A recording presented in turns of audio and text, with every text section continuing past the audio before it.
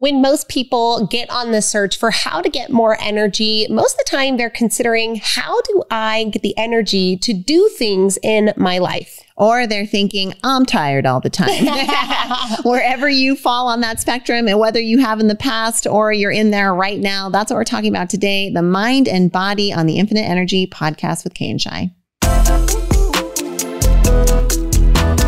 Hi, we're sisters Kay and Shai, and we're the hosts of the Infinite Energy podcast. We believe that everyone has the power to live a more energized, optimistic, and fulfilling life. In every episode, we share tips and techniques for harnessing your own power and creating the life you deserve. Get ready to ignite and discover the limitless power of infinite energy.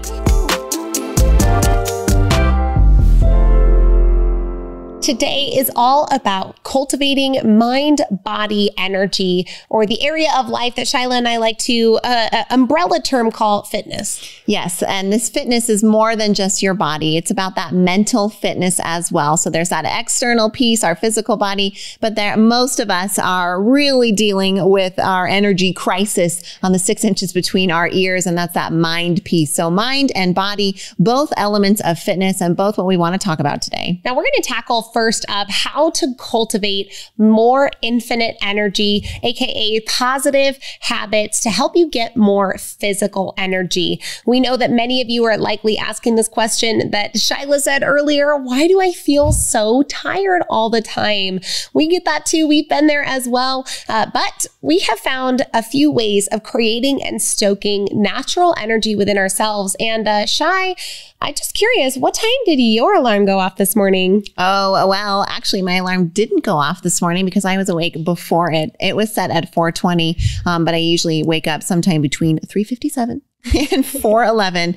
And 4:20 is what time my alarm goes off. I'm an early riser. Kay is too. It's part of our DNA, always has been. But I promise 4 a.m. was not natural to us in the beginning. We've worked on bringing that forward now, or back. Now, you're not quite a 4 a.m. club person yet. I'm a 5 a.m. clubber, but it's going to take me some time. Let me get past the first year of the baby, and then we'll talk about being a 4 a.m. club person. Deal. Once I've got official. Sometimes you're still up at 4 or up again. Yeah, exactly. Several times a night, in fact. Look, what we want to tell you is we're not scientists, so we are not here to present to you a comprehensive list of all of the ways you can naturally or chemically boost your energy. But what we do want to talk about is some of the common ones that maybe you know, but you need a little encouragement on, and some of the things that have worked for us in our life. Now, one thing I just want to start off with, if you hopefully got to listen to episode 1 that we presented, and we talked about objects in motion and needing this activation energy. An object in motion tends to stay in motion. An object at rest tends to stay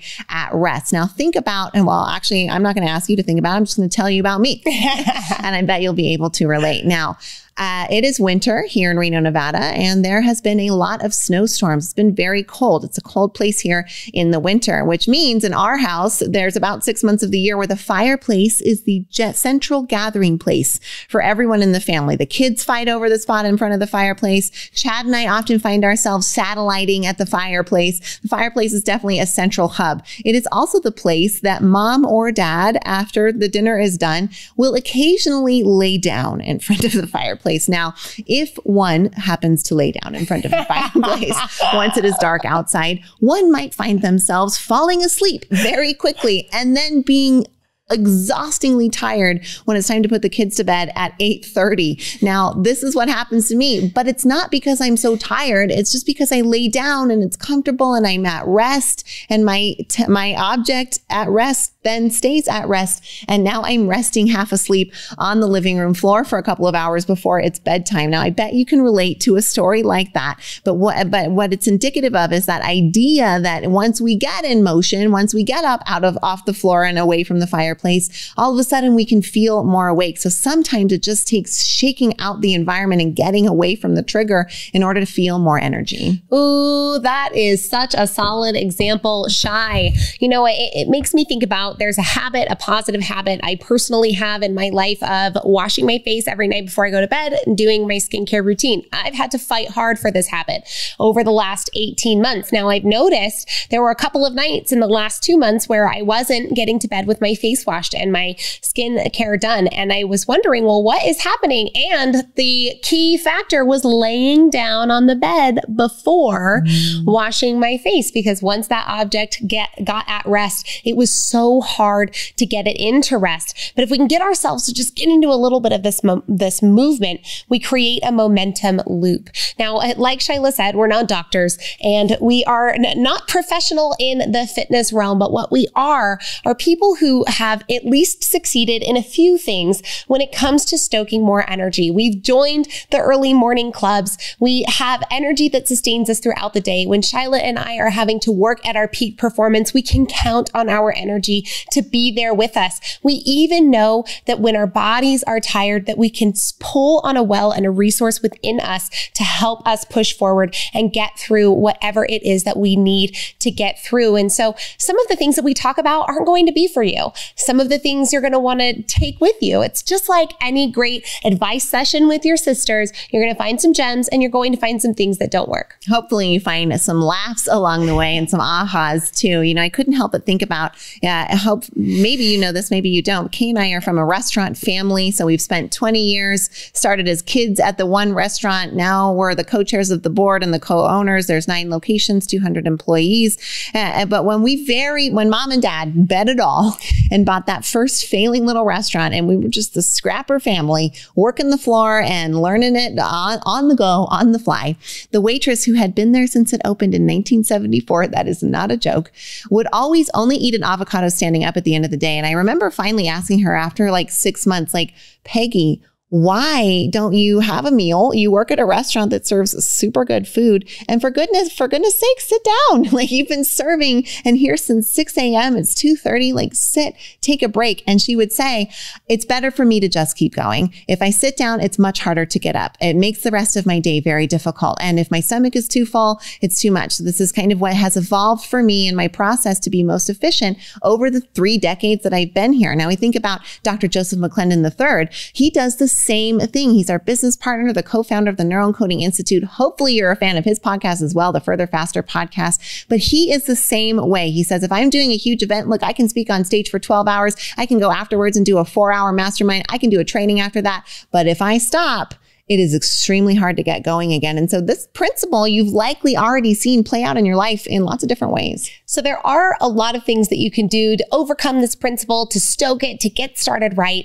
And let's go ahead and tackle that first part that I think a lot of people think about when they think, how do I get more energy? And that's this: how do I wake up in the morning feeling energized? How do I wake up with this momentum already going, right? Is there a way that you can get yourself to go to sleep at night and wake up in the morning with that already starting, so that the wake up out of bed isn't your first expenditure of energy? It shouldn't be the first part of your day that creates this huge friction right in the beginning, right? That it's been at rest, but you've been at rest for a reason. And so now is there a way to get that wake up to not have quite so much friction in it, and maybe create a positive infinite energy loop that can help you inch that time earlier and earlier? Because what we know about the most successful people in the world is that their aggregate alarm set time is 5 a.m. You want to know how successful somebody is? Look at their morning schedule. Look what they do before the rest of the world is waking. And the statistics prove this as well. We won't go into them here, but they really do. So let's talk a little bit about how to get up with gusto. Well, and you might be a night owl and that's fine, right? Like, the schedule can get flipped for some people and that's what it is. But thinking about that, how do I wake with that energy, with that enthusiasm, with that excitement? Oh, those are all E words. It's fun alliteration there. How do I wake in that state so that I'm not having to expend a large level of that activation, motivation piece first thing off? Is it possible? You already know it is.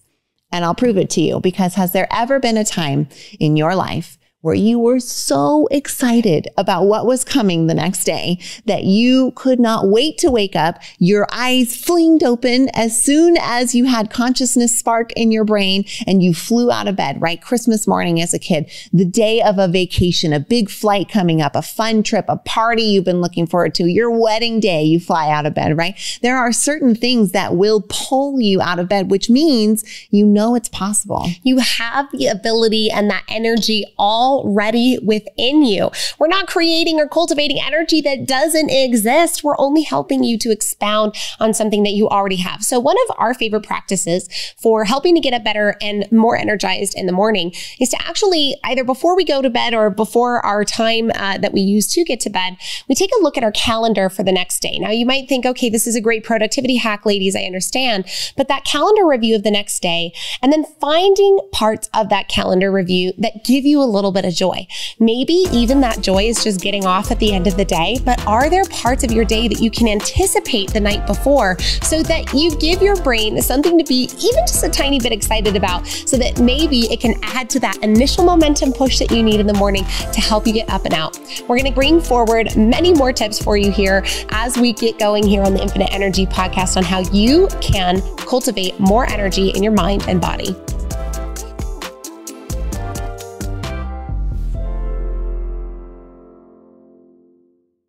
Do you find yourself losing control of your scroll on social media? If you do, then you want to stay tuned to join the Simply Social Club with Kay and I. We've got an awesome challenge for you where you have the opportunity to detox from social media for 48 hours, 7 days, 14, or even 31 days right along Shyla and I. So go to kayandshy.com/simplysocial and find out a little bit more, and hopefully you'll take a pledge alongside us. We'll see you in 2023. See you in the club. One of our proudest business accomplishments is what we've been able to do with Squeeze In franchising. The Squeeze In is a breakfast lunch restaurant featuring the best omelets on the planet, and it's been around for almost 50 years. And now you can have a Squeeze In your community. We've seen how this business transformed our families, and now we are so excited to offer this to families around the country to see how this little restaurant might change their family and their community. If you're wondering how to set up your adult children for legacy and success through a small business, then the Squeeze In is an option we urge you to consider. Come find out more about Squeeze In franchising at squeezein.com. You're enjoying this episode on Angel Phoenix Productions Podcast Network. To explore a complete lineup of quality programs and media production services, head on over to angelphoenix.com or like our Facebook page at facebook.com/Angel Phoenix Productions.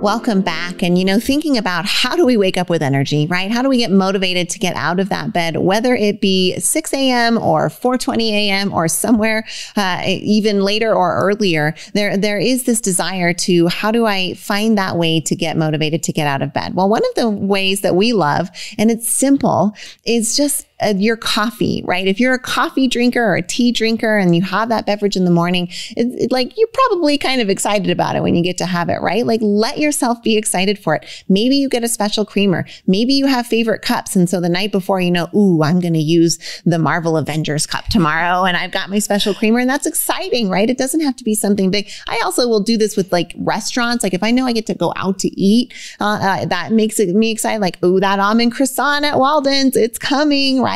It's allow yourself to be excited about the little things that are coming in the day that can help pull you out of bed. Even if you just have one or two of those anchors, it really can anchor you out of that bed and pull you forward. Now, our business partner, mentor, and dear friend, Joseph McClendon III, has one of our favorite pieces of advice, and it's actually a double up. This comes the night before and the morning of, but doing it either one or the other, either one will be good for you. Both is best.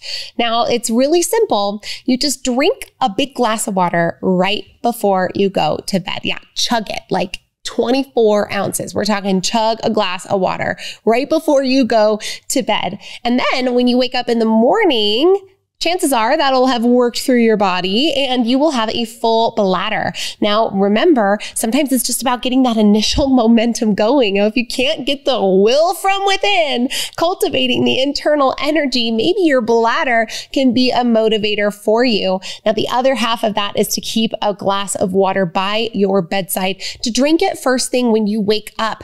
The alarm goes off and you want to go back to sleep, but resist that temptation.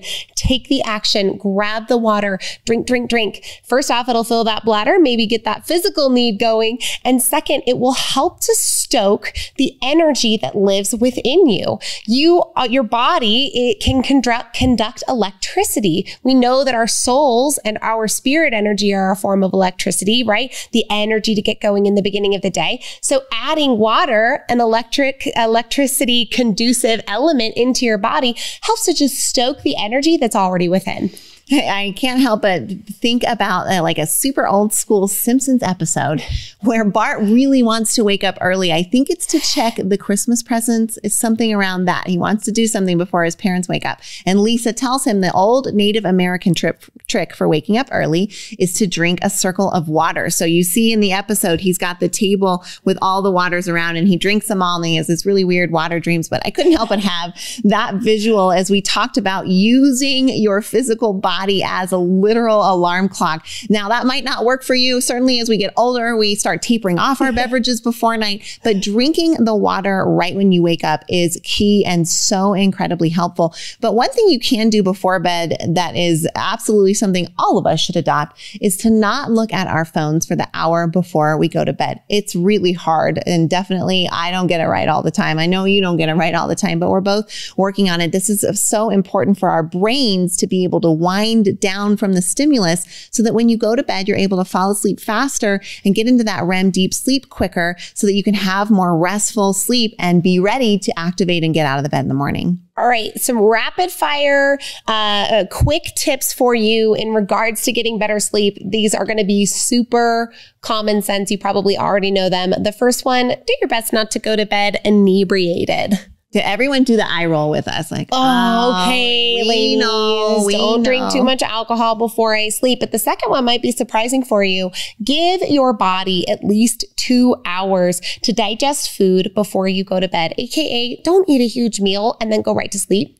Now, Kay and I have implemented intermittent fasting into our lives. And so it's actually been really helpful for us to have a specific cutoff time at night. I've noticed that it eliminates the final snack or goodie or sweet or treat or bowl of cereal or whatever that I was going for around 7:30 or 8, because now I know that, it's been an hour and a half since I had dinner. If I eat this right now, it's going to add an hour and a half to tomorrow. And that's always a lot harder for me. So that's been a really helpful practice in terms of adding discipline to our own eating and calorie intake, but also helpful in terms of the sleep. Definitely have noticed getting better sleep when we're not feeling that bogged down feeling. I know Chad, my husband, will talk about like if he overeats at night, sometimes you stay up late, you snack because that's how you're getting wild in your 40s, right? And you wake up and you almost feel hungover because your belly was having to digest so much stuff and it just didn't allow you to get proper sleep. So maybe it's an eye roll, maybe it's not, but it's definitely very helpful. Well, one other thing that you can do early in the morning that will help set you up for the rest of your whole entire day is to get moving.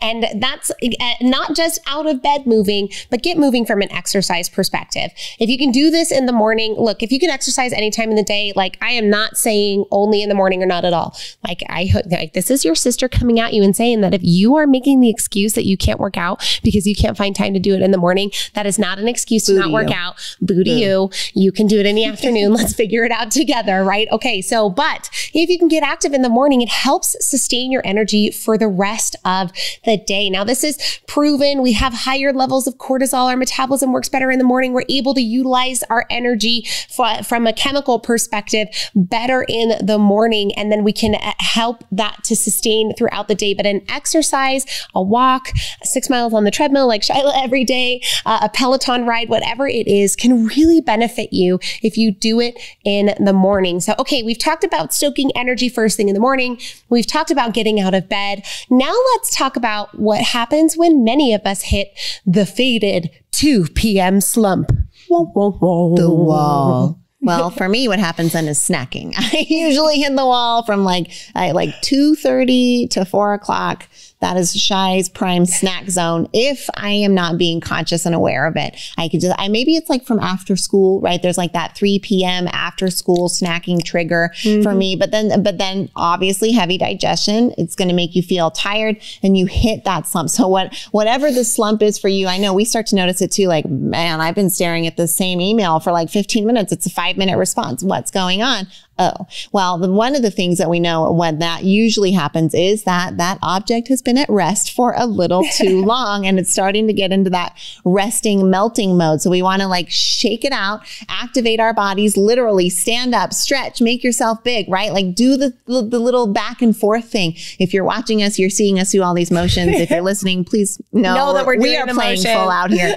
But I've recently added stretching to my morning routine, and that's been so tremendously helpful. And it just feels good in a both mind and body way. And I've absolutely loved that. But it's a good way to activate the body before the 6-mile run. It's a little gentler and has been allowing me to have that extended energy that's not wasted on what I've been doing in the morning for the last years, well, since the pandemic, which is check my email and check Reddit and spend about 45 minutes on my phone before getting out of bed. What a dumb way to spend 4 to 4:45 a.m. Like that is just not productive. And I can say that because I'm talking about me. So I booed you earlier, but I boo me too, because we're all human beings and we do this, but bringing that awareness and that consciousness to it allows us to hopefully activate in a different way, which is what I've been doing. And it's been feeling really good. But that ability to move is what helps wake you out, whether it's 4 a.m. or the 2 p.m. slump. You know, I will say, Shai, that the Reddit habit was a habit that did help you actually push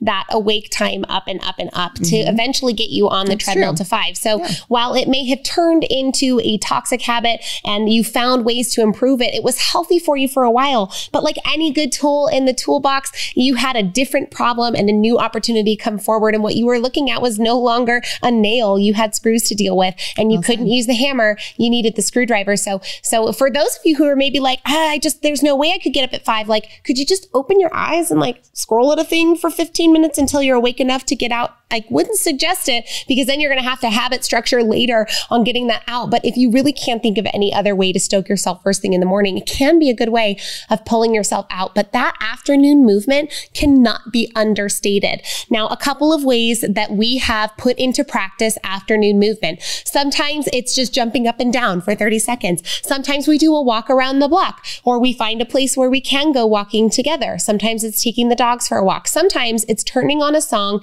and dancing. Sometimes it's just moving your arms or running in place. Sometimes it's just standing for a minute or going into the bathroom and doing a power pose, whatever that is. But in our stagnant society, the afternoon wall is something that many of us are familiar with, but the afternoon wall can be broken down by afternoon movement that helps you to create more of that internal energy, which is exactly what we're going to talk about in the next segment of today's Infinite Energy podcast. We've talked about how to stoke this body energy. Next, let's talk about a bit more about how to create more mental energy for tackling the biggest tasks in your life.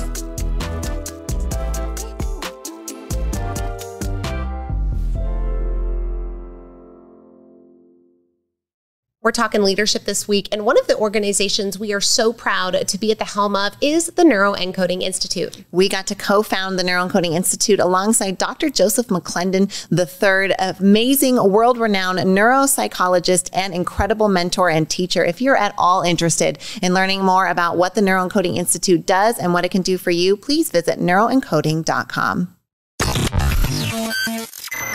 You're enjoying this episode on Angel Phoenix Productions Podcast Network. To explore a complete lineup of quality programs and media production services, head on over to angelphoenix.com or like our Facebook page at facebook.com/Angel Phoenix Productions.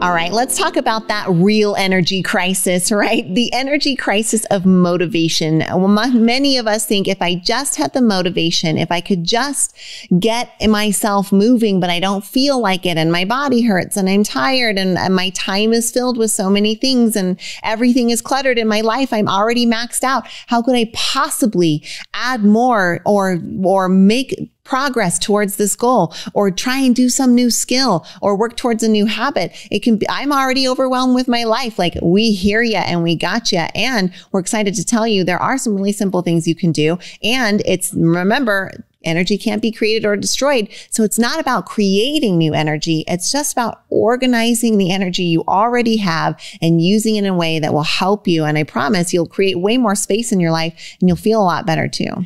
So when we think about the principle of infinite energy, right? We stoke some energy, we deliver it out, it delivers something back to us, we process that energy, we deliver something back out, right? And we create this infinite energy loop, this momentum loop that we have. Now, if any of those thoughts that Shyla just mentioned run through your head on a regular basis, here's what we have to tell you. First and foremost, you are operating those thoughts on an infinite energy recording loop that you might not even be aware of.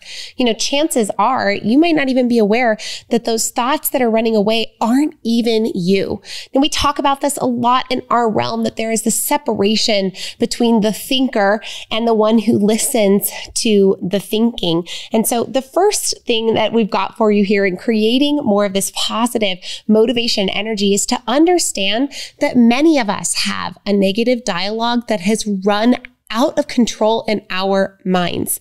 Joseph McClendon III calls these the thieves of our dreams, because they can literally suck the motivation and life force energy out of you. But many of us don't even realize that we've put them onto this pedestal and allowed them to create these infinite energy loops that are feeding us in a negative way. Kay and I notice this in our own lives and in others. You can literally tell when someone pushes play on a tape that they've had recorded in their mind forever about a belief or an identity of themselves, right? I'm just a sweets person. I can't wake up early. I never do good on tests, right? There's these thoughts that have been fed over and over that then become ingrained as subconsciously went, okay, I accept that. You've said it so many times, it must be true. And then that becomes part of that identity. And now you've got to fight that energy because we have that energy flowing in that direction. And the effort of redirecting it, many of us feel like we're stuck with that. How do I redirect it? I understand what you're saying, but how do I grab a hold of it and redirect it and stop myself from doing the bad thing, right? Your mind can be screaming at you like, stop scrolling, stop drinking, stop binging, start cleaning. And yet we don't listen. We don't activate, right? So there's something happening up here and yet our body doesn't activate. And so where do we find that ability to connect those things and redirect that energy? Well, one of the things you do is to listen to things like this, to think about it, to bring awareness to it. Because when you do that, and here's the kicker here, you can put a new frame on it.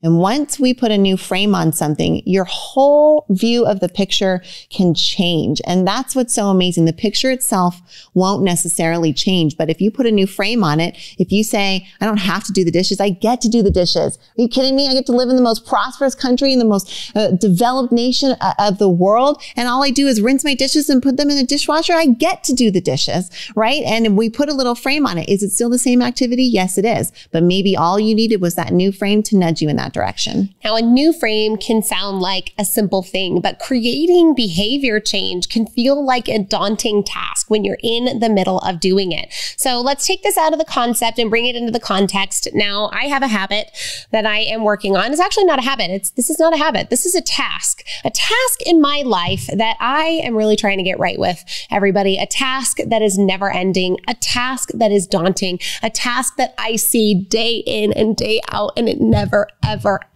ever stops. It's laundry. Laundry.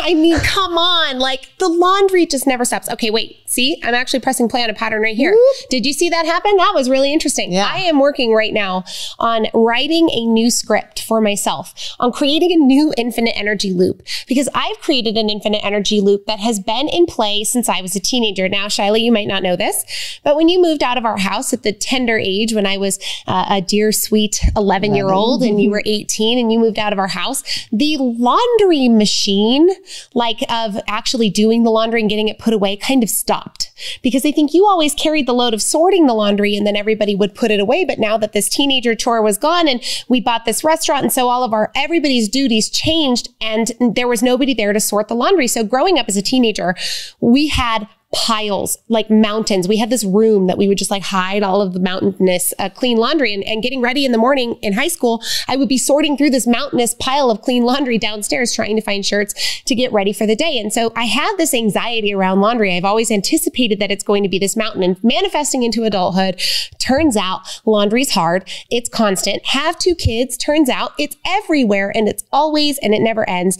And I was really getting stressed out about this, finding myself to the point of begrudging the task, putting it on my husband, feeling so stressed out when I saw the piles. And Shai, you really helped me bring some awareness to maybe the story I was telling myself around laundry, because while I lament laundry, you have a completely different frame on this life's task. Right? It's the same task, laundry. Laundry. I love laundry. I absolutely love doing the chore of laundry. I like that I've got this weekly anchor, and it's a game that I play with myself. Like, ooh, I'm going to switch the loads during Zoom meetings. And that's like, I'm getting my laundry progressed. Like, I love playing the game of laundry. I love accomplishing the task of laundry, and I love seeing it get done. It's like it, and of course, do I love it and I'm elated about it every time? No, of course not. Sometimes I'm like, I want to just keep laying by the fireplace. But most of the time, I really like doing laundry, and I feel really accomplished afterwards. Now, I was lucky, and if you're listening, you don't see me putting in air quotes, I was lucky that laundry was assigned to me as a kid, because I am a naturally very optimistic and enthusiastic person. And if that was assigned to me starting at like literally 9 years old, all of the family's laundry lived in my room. I was in charge of washing, sorting, all of the things. Like, it just became part of my DNA. So I actually feel comfort from laundry, because I was, air quotes, lucky enough to be having to be the kid that did all of the laundry in our house. That was my chore. And of course, then I was probably pushing the play button of like, oh my gosh, and this isn't fair. And I'm 9 years old. But that habit, that discipline has now turned into something I enjoy. So same task, completely different frame and completely different script around it. So you might have been hearing Kay and be like, well, yeah, that is what laundry is. And maybe you just heard me and you're like, what? Someone likes laundry. I do. You turn your music on, you get to stand and do a little project. It feels so good and clean afterwards. Like, I like all of the things about it, but it's taken a lot of years of doing it and then putting that enthusiastic frame around it to help me get there. So I heard this and I decided to try some of these angles for myself. Now, for me personally, pre-framing mentally is really difficult for me. Like, trying to say, now I'm just going to put this lens on it and think about the lens the whole time. The lens, it's not for me personally. But what could work was the process of celebrating myself when the laundry was done, giving myself a reason to do the laundry, right? Like, playing the game for Shyla is the reason to do it. I like it. It brings me comfort. I'm into it, right? So I gave myself a celebration. Now the celebration goes like this. Yay! Woo! I did it! Woo! It's not a milkshake. It's not a trip to the movies. I'm not giving myself a prize. It's just personal celebration at the end of the task, which is now reinforced, right? We're giving ourselves a positive habit loop. We're creating infinite energy, because now I've done the task, and instead of giving it the, oh, thank God that's over, I gave it the, yay, I did it. Now when I put that energy of that physical process and that work out, what am I going to get back? Instead of getting back the mountain of the difficult task that's ahead of me, the next time I'm going to get the mountain of the difficult task, but with the flavor of positivity on the end. And it makes the laundry way more doable. Right. Because the message you're feeding yourself is, it's fun when it's over. It's fun when it's over. It's fun when it's so great. Oh, of course I want to have fun. And so you'll jump into the task. I'm so glad, Kay, that you brought that as our final point forward, that it's a neuroscience trick. And I don't want to call it a trick. It's a proven method that's celebrating anything with yourself, and which includes smiling and body motion, right? Like, because that's going to trigger all of your dopamine and all of those good chemicals inside of you. That is what helps your brain go, ooh, do more of that. Whatever we just did, do more of that. And so even if it's on laundry, even if it's on dishes, even if it's, ooh, I caught myself saying one of my pressing play on one of my patterns. Yes. I'm so proud of myself. I'm catching myself. I'm getting better. Anything that you celebrate will begin to build and redirect your energy. And that's a neuroscience tip. So we hope that that's the one you take to the bank with you as you kind of finish out thinking about bringing this mind-body aspect into your infinite energy. We have loved bringing you the mind-body take on infinite energy today. And this episode came to you with so much love from your favorite sisters, Kay and Shai.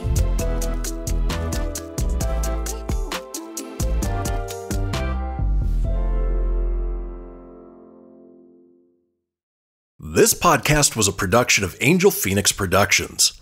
Explore more episodes of this show or other great shows on the Angel Phoenix Podcast Network by visiting angelphoenix.com. The views expressed in this show do not necessarily represent those of Angel Phoenix Productions or its advertisers and may contain language that's unsuitable for younger listeners.